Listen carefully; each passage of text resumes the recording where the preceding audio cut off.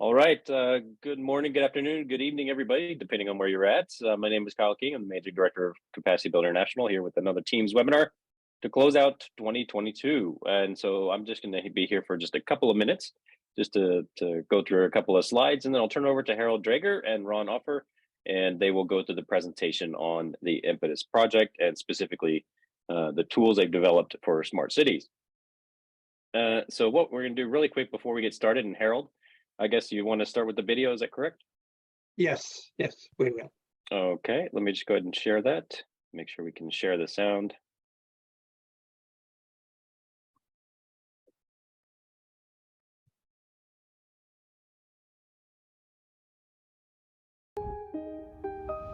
Welcome to a brief presentation of the Impetus project, which receives funding from the European Union's Horizon 2020 research program under Grant Agreement 883286. The Impetus acronym stands for the Intelligent Management of Processes, Ethics, and Technology for Urban Safety. More information about this project and its progress can be found at the Impetus website at www.impetus-project.eu. The main goal of the Impetus project is to work with smart cities to improve the security of public spaces.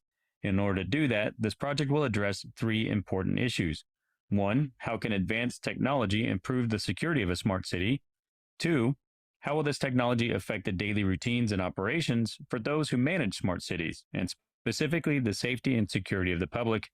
And 3. What ethical considerations must be considered when addressing new technologies and smart cities for public safety? The Impetus project consists of a consortium of 16 partners, with Sintef in Trondheim, Norway, as the consortium leader. Project partners represent 11 different European and associated countries.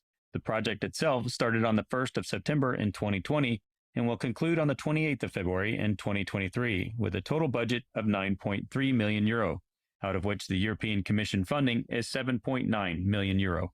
The 16 consortium partners represent a diverse group of stakeholders from research institutions to universities and NGOs, as well as public authorities and industry, all who share an interest in the public safety field. As the map shows, project partners are represented by a number of nations both in and outside of the EU. In order to test the Impetus technology and public safety solution, 2 cities partnered with the consortium. Those cities are Oslo in Norway and Padova in Italy. Both cities will test the Impetus technology and platform, collect live data, and will be the location of the final live exercise testing. The Impetus project team also established a community of smart and secure cities to serve as a reference group and to seek advice and guidance during project development. The community mandate is to influence the project direction and ensure project results fit both end user and market needs.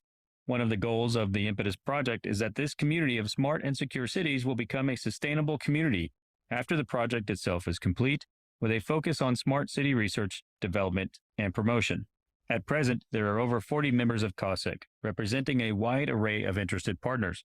This community includes smart cities, EU projects, universities, smart city technology consultants, and experts on personal data protection, counterterrorism, smart city software solution providers, as well as city police organizations and research centers. If you are interested in joining the community or finding out more information, please contact Sandro, the community manager, at the email address on the left side of the screen.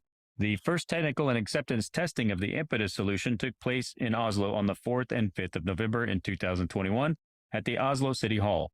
The Impetus technology was put into use at the Security Operations Center, or SOC. The SOC operator tested the platform to assess the added value and importance of connectivity and integration of various tools, which is exactly what the Impetus project provides through its integrated platform. The Impetus project team also monitored the stress level of the SOC operator during the testing process to inform the project team about the usability and effectiveness of the user interface within the integrated platform dashboard. Since weapon detection is one of the Impetus tools, this particular scenario included a simulation of an attack with a gun outside of the City Hall. The attack was simulated and monitored by CCTV cameras, and once observed, sent an alarm and notified the SOC operator via the Impetus integration platform. As this was the first testing of the Impetus project, the project team received valuable feedback from the SOC operator and the Oslo City Security Center concerning the usability of the Impetus solution and for future improvements of the tools and the project overall development. A similar technical and acceptance testing took place in Padova, Italy on the 1st and 2nd of December 2021. To ensure the test built upon the experience gained in Oslo, the SOC operator from Norway's test was present to share experiences. Physical threat response optimization is one of the Impetus tools. Therefore, a simulation took place with a crowd of volunteers evacuating Piazza del Signore in Padova. Police assistance included facilitating public evacuation and crowd control, and the time and flow of evacuees was monitored in order to collect data for the physical threat response optimization tool. While the Impetus project is ambitious, there are many tangible results expected. A total of 9 tools are in development based on existing technology and all connected to the Impetus integration platform. The development of these tools will lead to the publishing of 3 practitioners' guides to share the experience, lessons, and knowledge across the community. In addition, a number of lessons have been identified from the project thus far and will be documented and shared in order to support community and partner development. The integration platform is the nucleus and central part of the Impetus technology solution for smart cities. Different tools connect to the platform and send signals, alarms, or alerts to the platform based on observations, findings, or calculations. The Impetus software platform development is based on the Snap for City open software solution, which is developed and maintained by the University of Florence in cooperation with partners and end users. The Snap for City open software solution provides several tools for the users to adapt and develop for their own use case scenario. More information on Snap for City can be found on the Snap for City website at www.snapforcity.org. A key issue for the end user, the operator at the Security Operations Center, is the Impetus integration platform and its user interface. This is how the SOC operator can communicate with the platform and the various Impetus tools. The user interface is designed and built using the dashboard builder in the Snap for City software, where the various Impetus tools connect and a user interface is created reflecting each tool and its respective information display. The SOC operator will have a single overview of all the tools and will be able to start a calculation, simulation, or receive an alarm. And the slide shows an example of the dashboard itself. The 9 Impetus tools under development are shown on this slide and all connect to the Impetus integration platform. Some of these tools were tested during the previous exercise and testing phases mentioned earlier. In addition, the Impetus project will produce practitioners' guides, and those include security operations in smart cities, cybersecurity in smart cities, and ethics and data privacy during security operations. The guidelines will provide a set of best practices from the Impetus experience and will provide reference information and training material. The Impetus project launched a public perception survey on smart city technology with the citizens in Oslo and Padova, the 2 partner cities. The information from the survey has been integrated into the practitioner's guide on ethics and data privacy to be published by Impetus. The following slides will cover the results of the survey. First, there were 3 focus areas of the survey. How familiar are you with the topic of smart cities? The level of worry that you may have about the amount of collected digital data, and the level of worry that you may have with the different types of data collected. In terms of the familiarity with the concept of smart cities, there is no significant difference between the answers from the citizens in Padova and Oslo. However, one key point is that only about 30% of those surveyed were familiar with the concept of a smart city itself. Next is the concerns or worry about the level of collected data. Overall, those surveyed in Padova seem less worried than the public does in Oslo, and that's just one significant observation.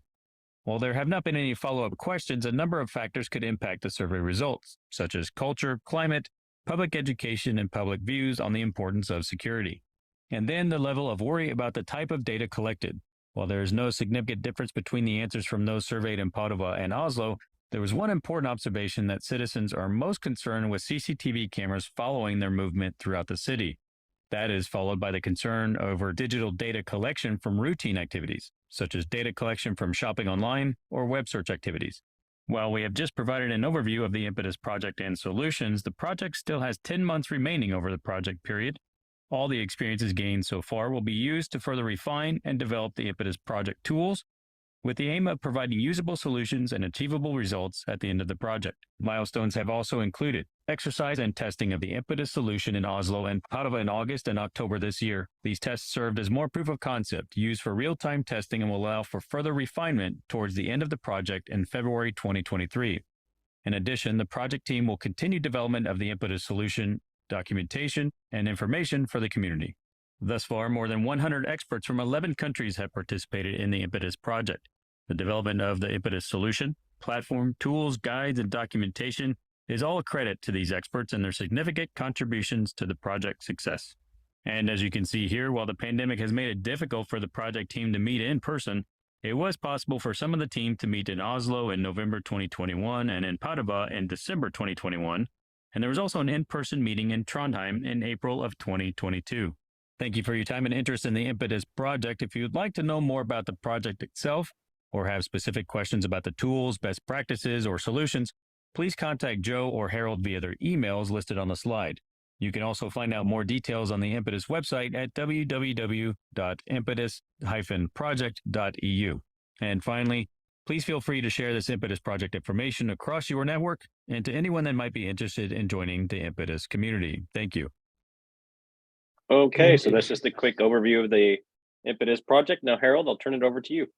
Yeah, can you open my video?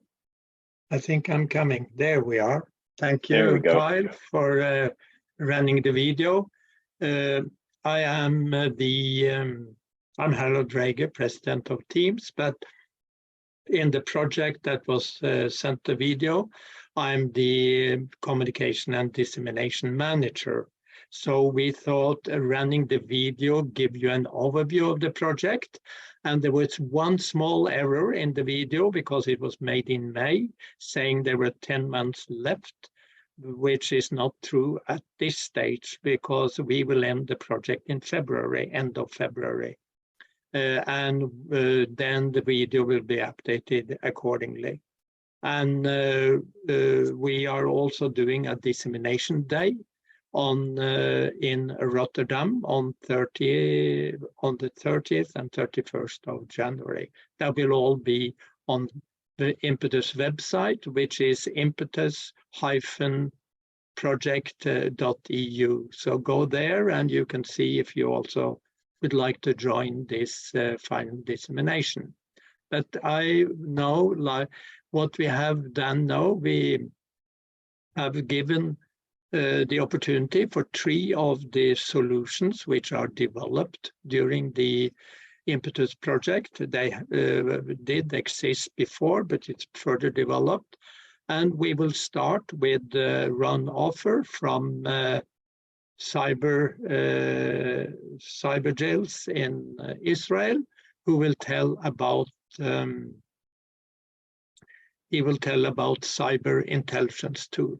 So with no more introduction, Ron, please start your presentation. Thank you, Harold. Just a second, let me share my screen. All right. Okay, thank you, Harold. Thank you, Kyle, for having me. So for those who do not know me, my name is Ron. I'm a project manager at Cybersixgill. The company was established in 2014. Our headquarters is stated in Tel Aviv, as well as most of the company. We are about 100 employees, and with representatives spread across the globe from North America to Europe and Asia. But without any further ado, let me dive right in. So I want to first start with what Cybersixgill offers as a product. And first and foremost, our product is threat intelligence data. And looking at this phrase, threat intelligence data, we can divide it into 3 parts: threat, intelligence, and data. When we're talking about threats, although most of the traffic in the underground is related to different cyber crimes, we also find other use cases out there, not only cyber crimes or crimes that related to cyber.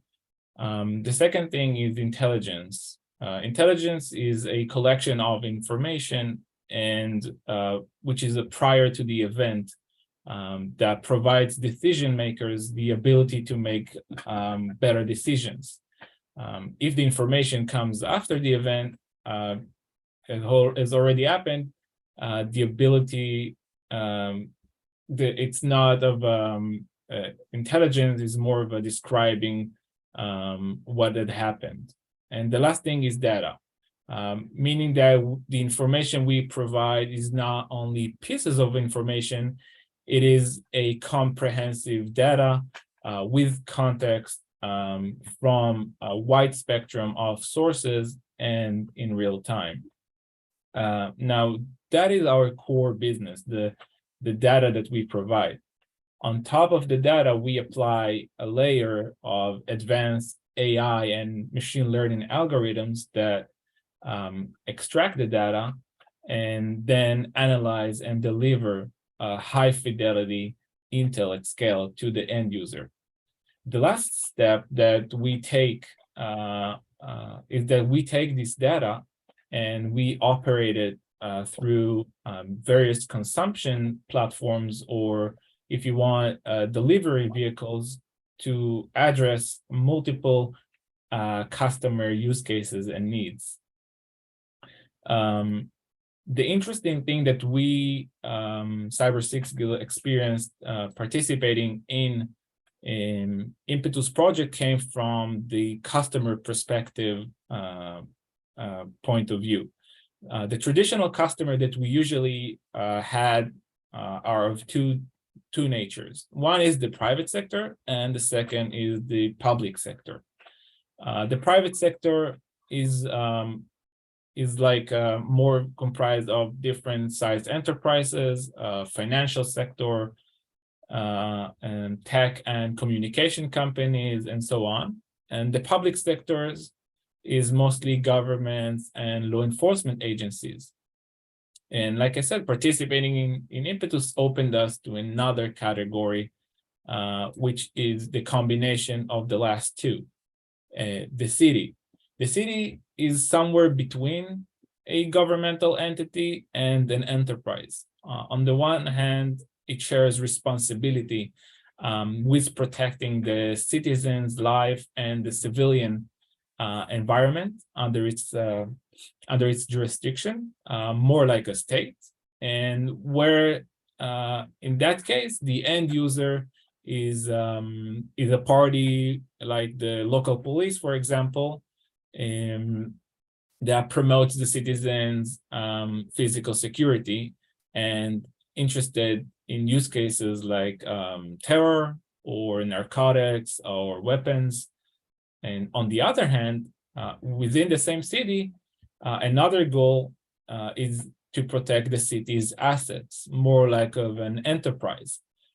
In that sense, the end user is the IT department of the municipality, who its main goal is to monitor the city's assets within its internal network, like the city's websites, the city's domains, the IPs, and etc. So that's something that we took definitely from joining and participating in Impetus project. Now, since the whole idea of this webinar is also about crisis management, I want to explain the position that our company holds within the cybersecurity domain, using a crisis management analogy in the physical world, which I think that sits fairly well, in my opinion, with cyber incidents. So from a physical disaster perspective, we can look at three relevant phases: the before, the during, and the after, or the post. The before phase is usually characterized by some misleading silence, right? Like you wake up to just another sunny day, nothing seems suspicious. Most of the time, there is not even an early indication that can suggest that something is about to happen, and everything works normally. But under the surface, there is an emerging structural failure, like a leaking pipe, for example, that slowly digs into the foundations. And then when the damage to the element, when the damaged element eventually breaks, we enter the second phase, or the during phase, which is a sort of a transit phase.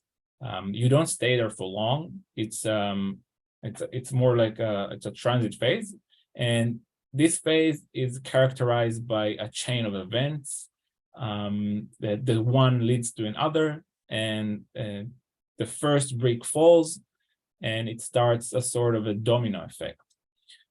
Therefore, the escalation process is very, very fast.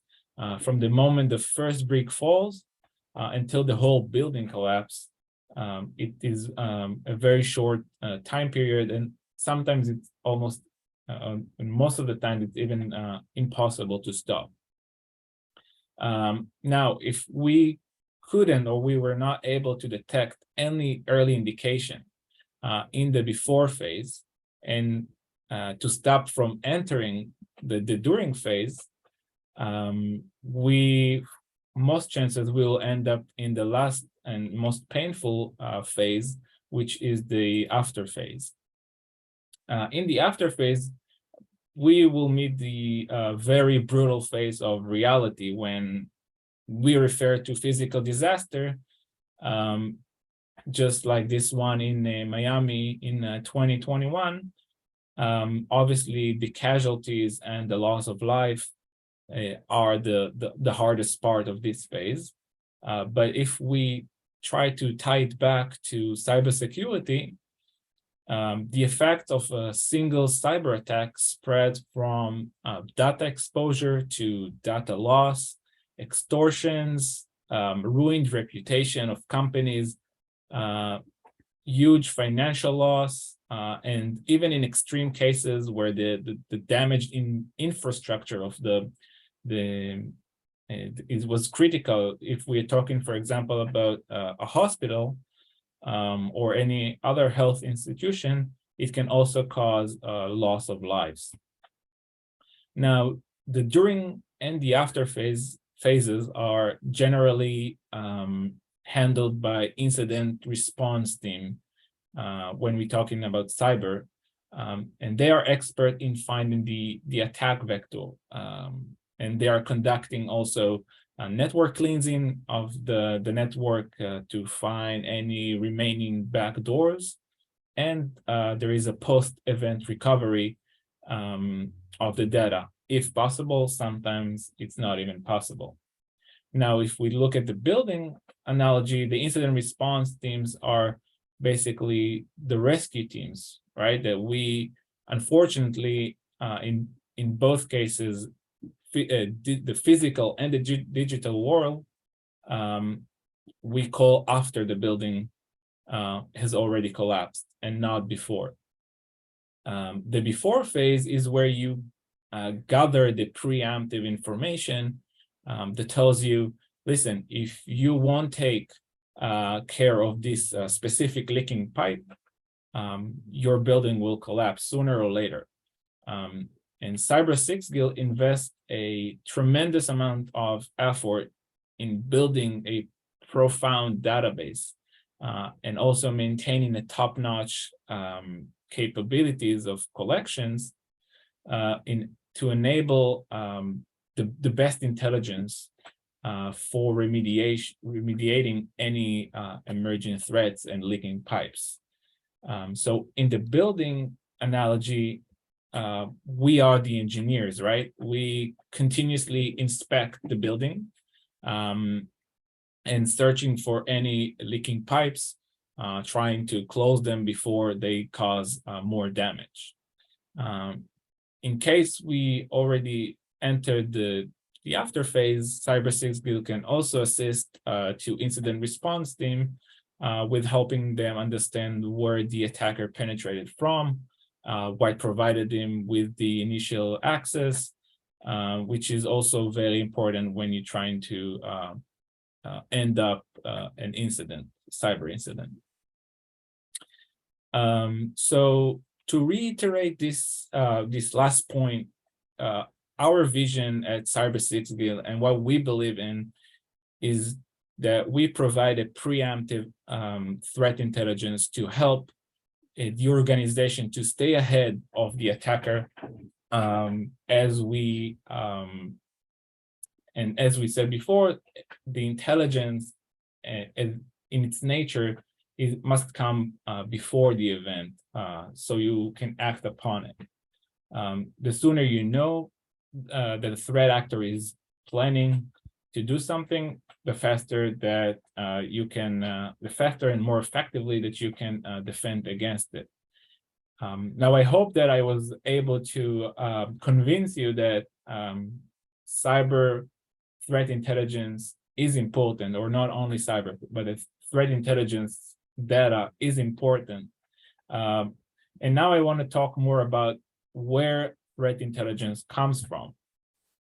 So for some, in my opinion, the dark web is a very mysterious entity.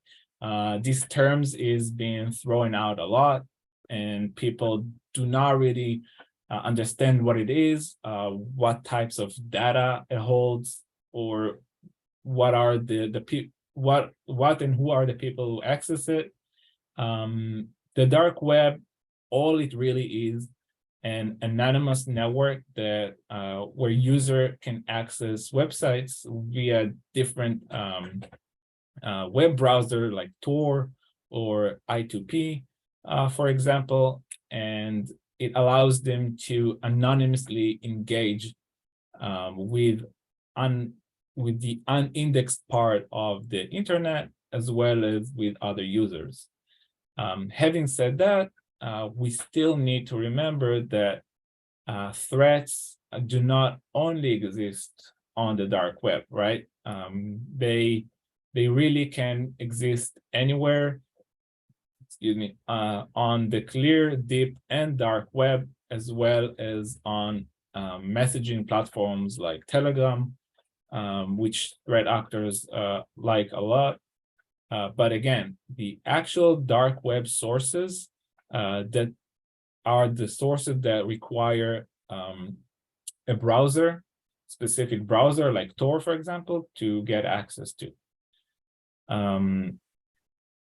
Now, although our core capability is our coverage of those dark web sources, there are various types of sources, right? It's not just the dark web, where threat actors are engaging with each other and engaging in malicious activity, communicating with each other, where they sell data, programs, they look for narcotics or weapons, whatever the case might be. So the dark web is not the only place. So, and that's why we also focus our collection on different section of the network. So let's talk quickly about what other sections of the network. So we have the clear web.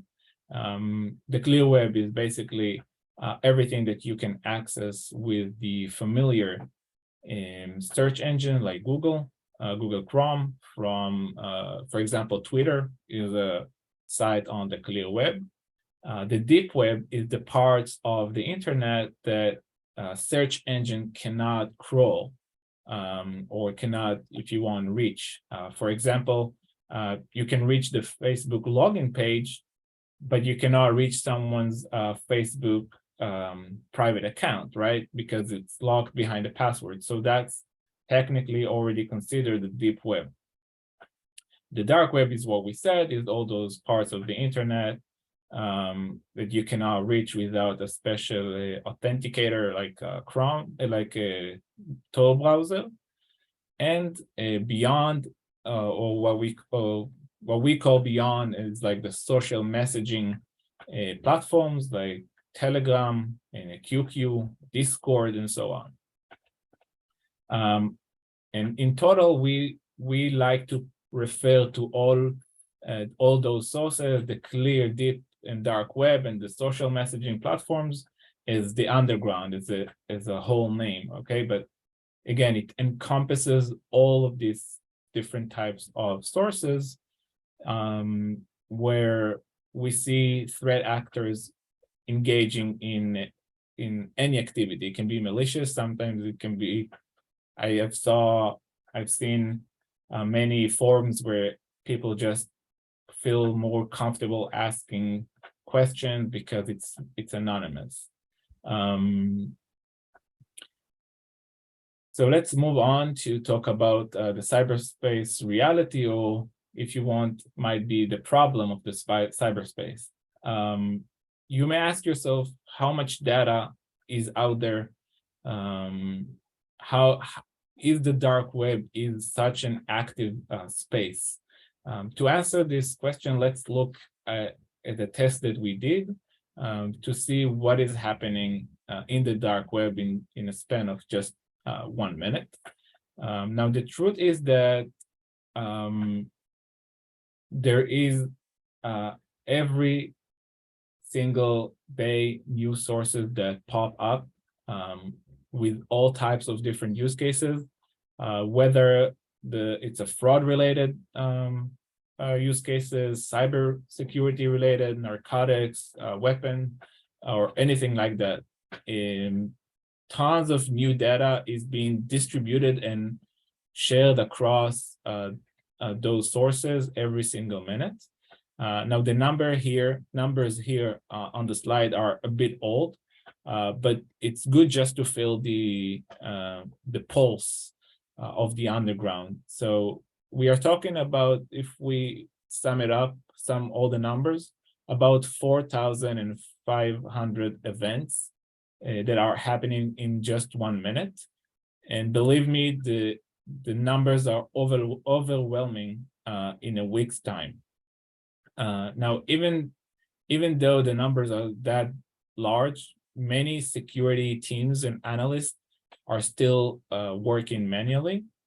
And unfortunately, today manual approach to cyber intelligence is flawed. It's either impossible to do it with the traditional manual work, or it's just extremely difficult and time-consuming for the teams. So I want to talk about a little bit about the use cases that we can see and answer. All the use cases you see here are very common use cases that you can get through our platform, but there is many others. So if we start from leaked credentials and initial access brokers, which can often be the very first leaking pipes to an organization network, to stolen credit cards offered for sale, to hacktivism campaigns against a specific country or a specific city, and even traditional crimes like narcotics and weapon trafficking. Now, since we are collecting the data in a Cybersixgill, we're collecting the data agnostically, which means that we do not care about the data itself or who will consume it later. We do not need to know who our customers or how they will use it or what they will be interested in. When we access a source, we just collect all the data out there, no matter what it is. And in that case, once you log in to the platform, to Cybersixgill's platform, you can immediately find relevant information to your organization, even if we did not know of your intention to join our platform ahead of time. So we do not do any special collection just for you. The data is just sitting there, and unless users like you will consume it, it will just be laying there until somebody will. Now, this whole world is very, very challenging, and so I want to touch a little bit of the challenges that we encounter, just so you have a feeling of why such platform is needed and relevant for CTI teams, for cyber threat intelligence teams. So to enjoy this rich information from the underground, you need to overcome many obstacles, many significant challenges. The first is accessing dark web forums.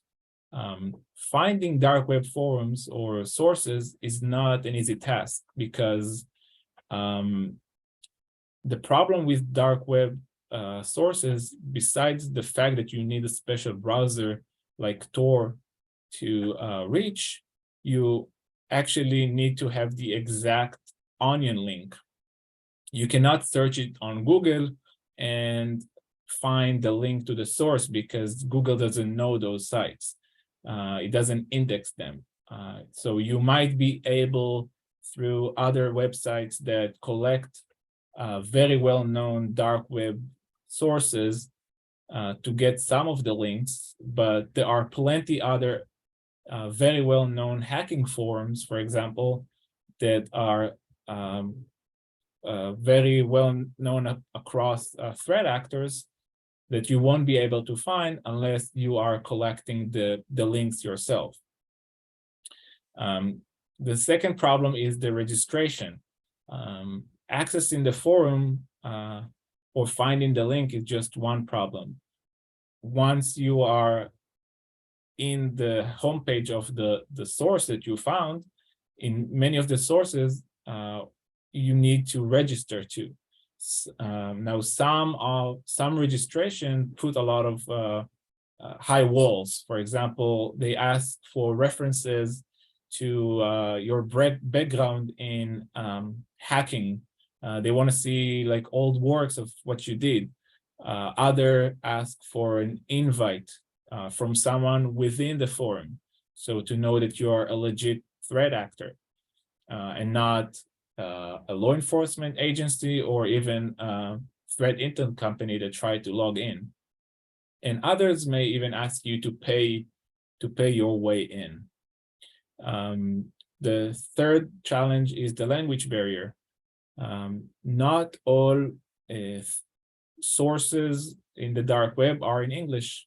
You will come across many sources that are in Russian or in Chinese or in French and other languages, and you will either have to know Chinese, sometimes even read and write in order to communicate, or just understand the context of the content that is in the source. And if you do not, then you will always have to rely on some technology to help you overcome the language barrier. The fourth challenge is the communication with threat actors. Now, this is a very important part, especially when there is a threat to your organization. And in trying to extract the intelligence, you will often find yourself communicating or reaching out to a threat actor in order to get the information relevant to you. This communication is also risky because when you try to remain anonymous on these different sources, communicating to threat actors might reveal your identity. And the last challenge that I want to touch is the stability and the continuity of the dark web sources. These sources in the dark web are not as stable as normal clear websites. They often go offline for various reasons related to the infrastructure of the site.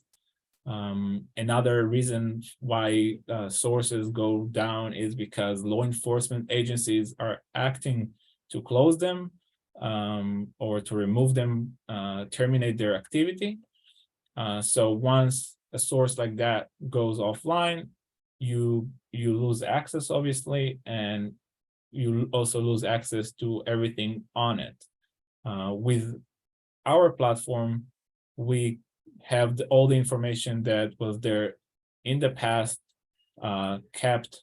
So even if the site goes down, you still have the ability to access it. So all these types of barriers can cause a lot of fatigue for analysts that are only trying to do their threat analyst intel job. So I want to offer an easier approach through tool like Cybersixgill. So we are collecting all this data continuously from all different types of sources, and we're doing it agnostically, like we said. We do not care what the threat actors are talking about, what threat they are targeting, or what organization they are targeting, or what data is shared. We collect it all, and then we provide that threat intelligence to the end user. We save him time, and we save him the dilemma of which sources he needs to go to, what sources he needs to register for, and anything like that. It will be all available to him all the time through the platform. The main goal is to provide the CDI team with the earliest indication of risk using an automated alerting machine.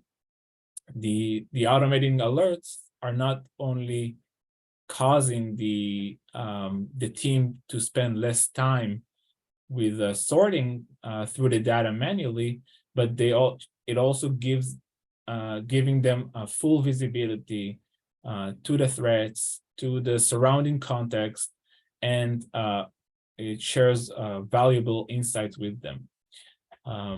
All this allow them, the analysts, to focus, mainly focus on the remediation processes and other important tasks they have within the organization, rather than gathering that intel, which can be a very tedious work.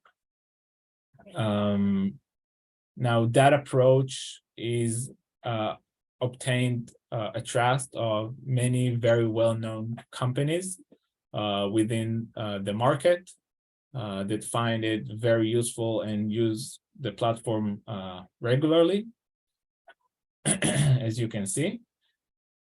And basically, that's it. I'm here for any questions if there is. And thank you for listening, and thank you, Harold and Kyle, for inviting me to talk. It was a pleasure. Okay, thanks a lot. So there is one comment, Ron. You can never prevent before all possible threats. You have to move from emergency management system to resilient systems for all dimensions of your system, from physical to organizational to social. So how does your tool help complement those aspects, those various different aspects?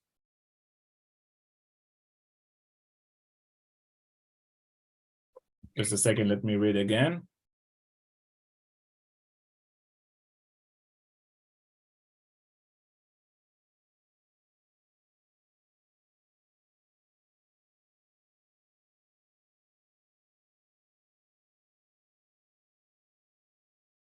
I'm not sure I fully understand the question, but I will answer to the extent that I understand. Our platform is a single source of truth, okay?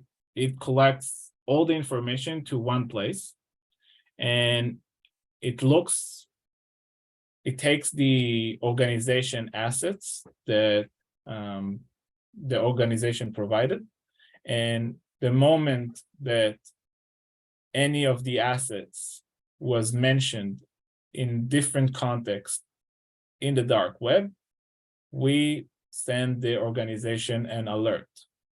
The alert can come from, like I said, all the sources. It can be social messaging platform, it can be Twitter, it can be all the dark web and deep web sources that we have access to, and you don't need to jump between platforms. It's all located within the same place.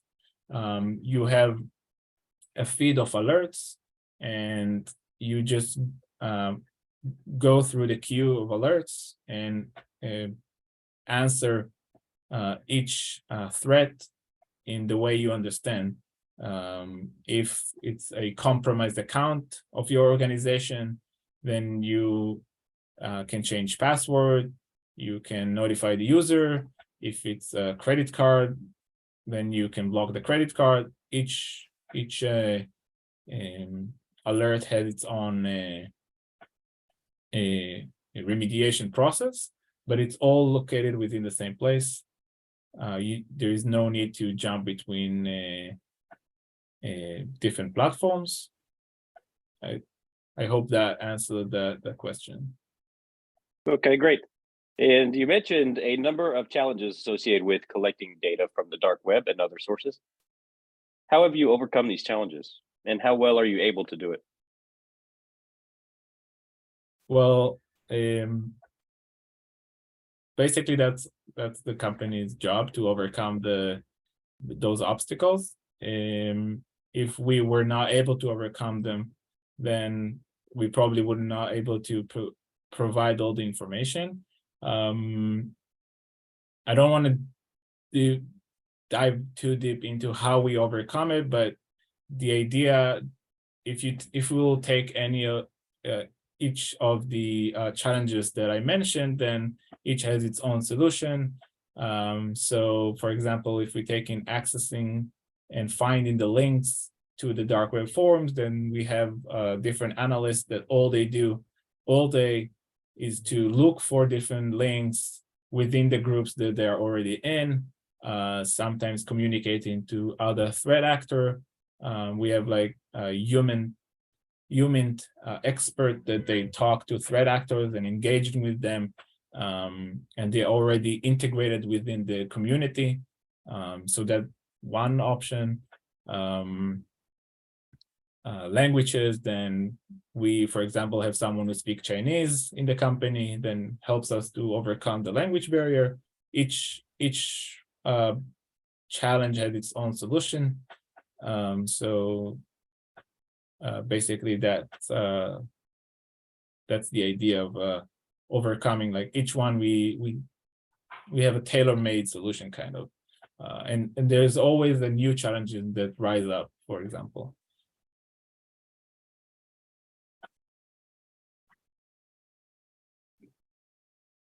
I imagine it's constantly changing, right? And so I completely imagine that it's a changing landscape all the time. So, Ron, thank you so much for being here and joining us today. Where can we find out more information about Cybersixgill? So in my last slide, there was, I can share it again. Yep. In my last slide, you can see the the QR code. You can scan it and you'll be directed to Cybersixgill commercial site. You can read more.